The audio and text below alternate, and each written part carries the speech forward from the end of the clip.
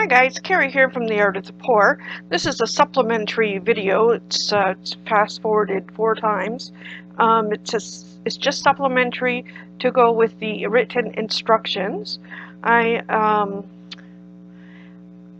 am just painting here, as you can see. We're just starting with two heavy-bodied paints, golden and teal. We're gonna go back and forth and kind of mix them together, and making sure we get our sides done well.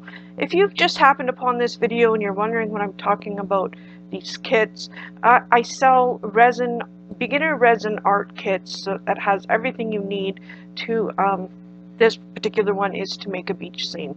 So I am making the beach scene. I haven't written instructions, and these ones are just the video.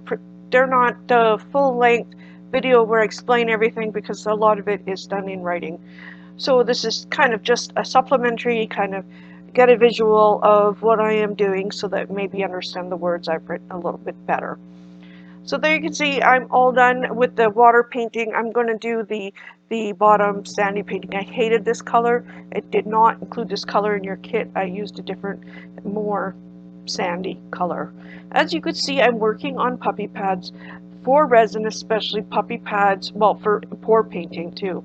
Lifesaver, they're lifesavers for pour painting. But for resin, they are very handy. All your resin drippings will go onto the puppy pad, and you will have nothing to clean up except for your cups and your puppy pad at the end of this. Now, in your canvas, you're going to get it, and it is going to have a black tape around the edges at the back.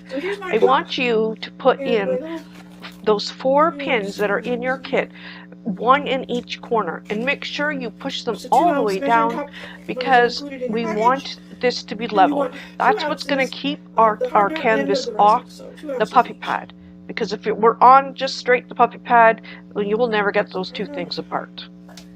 So you can see here that I am starting to mix the resin. So I've just measured out 2 ounces of the hardener. Now I'm adding the 2 ounces of the resin.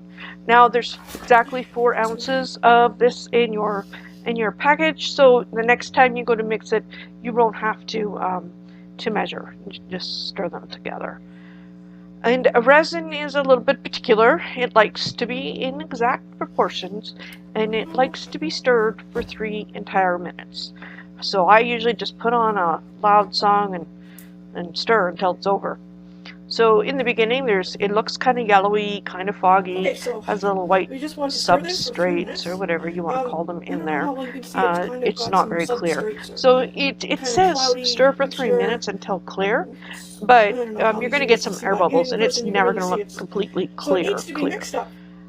You want to try to avoid air bubbles as much as possible by keeping your stick on the end of the cup and turning in 8 motions or 4 motions, just to kind of keep it moving the same.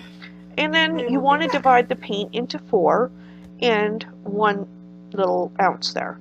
Now you can use the 4 cups to divide the paint into 4. I just chose to keep the 4th amount of paint in my cup that I had already been using. I just sprinkled a little bit of gold in there, but it wasn't even something that was worthwhile to pack up in your kit because 1, it's going to be covered over with the sand, and 2, it was basically nothing. Basically was nothing. It didn't change anything. Okay, so now I'm going to get to mixing the other colors. We have a dark blue, a medium blue, and a teal. So this is the luminous blue, the teal, and there's the dark blue. And then we're going to do the white. And the white is a casting color, and there's something about it being a casting color that it makes nice lacing. The same with what I'm putting in in the cups now, that it's called Resi Blast, and it is supposed to make cells in resin like as if you're doing pour paint, but it doesn't quite work like that, but it makes beautiful lacing. So I did include this in your kit. It's expensive, so I just added it into the alcohol ink that's already poured. So I put 2 drops in each ink thing. So remember, when you're mixing your colors, only use no more than half of what you've gotten, because you need the other half for the second portion of this project. So you want to get it on the top, and you want to make sure you're going over the edges and you're getting the sides completely covered with your resin. And we were going to mix these with our hands, gloved hands, and you just kind of try to make it look natural. We don't want like stripes going through, looking like water. I do wish I would have used a little bit different colors. Maybe they don't contrast as much as I had wanted them to. But I think that's good there. So now I don't need the gloves so much. Now I'm going to be using a heat gun. And for you, if you don't have a heat gun, get a hairdryer and use the nozzle that looks like that on your hairdryer if you have it. If you don't have that nozzle, just use a regular hairdryer. So just what we're doing now is we're just pushing the white up. The white's going to shrink back down, and it's going to make these lovely little lacy looks. Now, I had tell you right ahead, I ruined this whole first kind of layer, so I was glad to be doing 2. So even though I've done a lot of these, I still mess them up because I tend to go overboard with the white. And when you do that with the white, you can see how I've mixed it too much and it looks teal now instead of white. I don't like that. So there, I'm just doing the top of it. Almost done there.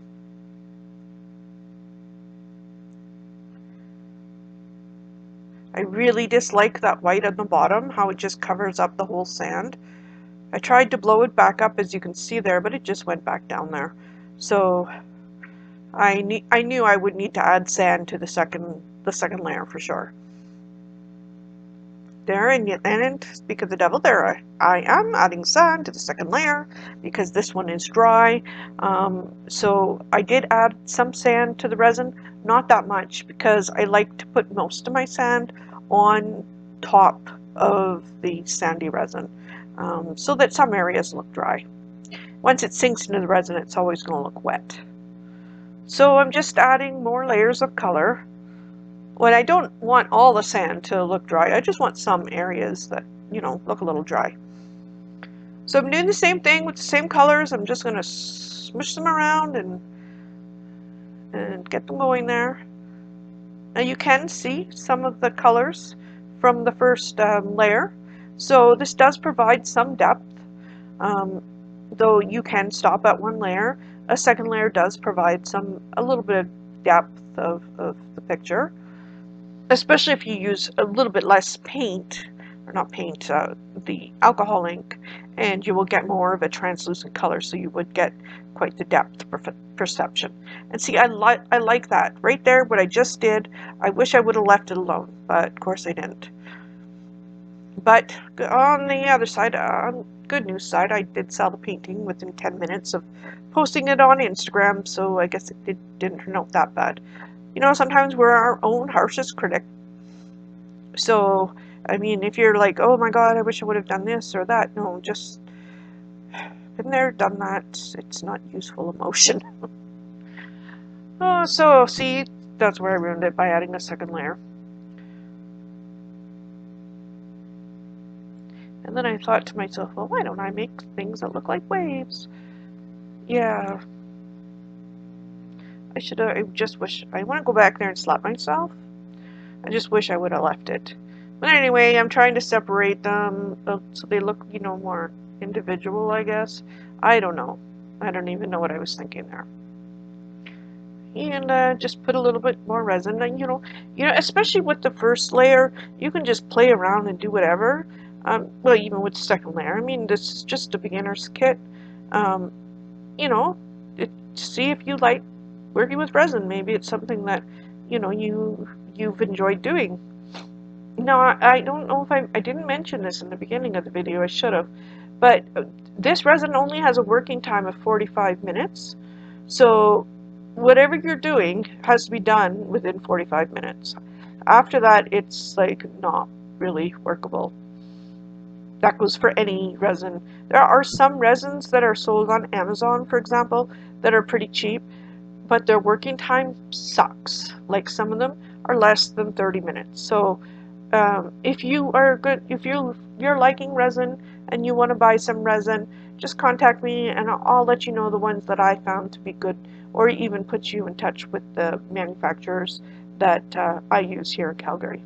I try to get as much local things as I can, um, mostly from Alberta, but there are some things I had to buy in Toronto, but that's okay. I'm supporting my country and I'm supporting local as much as I can.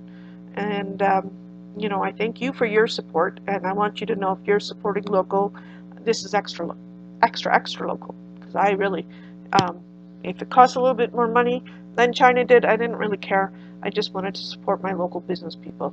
So this is what my painting looked like at the end. So while I'm just showing you, the last thing now is pulling off the black tape. It's not a difficult job. The difficult job is taking the pins out. But you could see, look at how it just came off so nice and clean.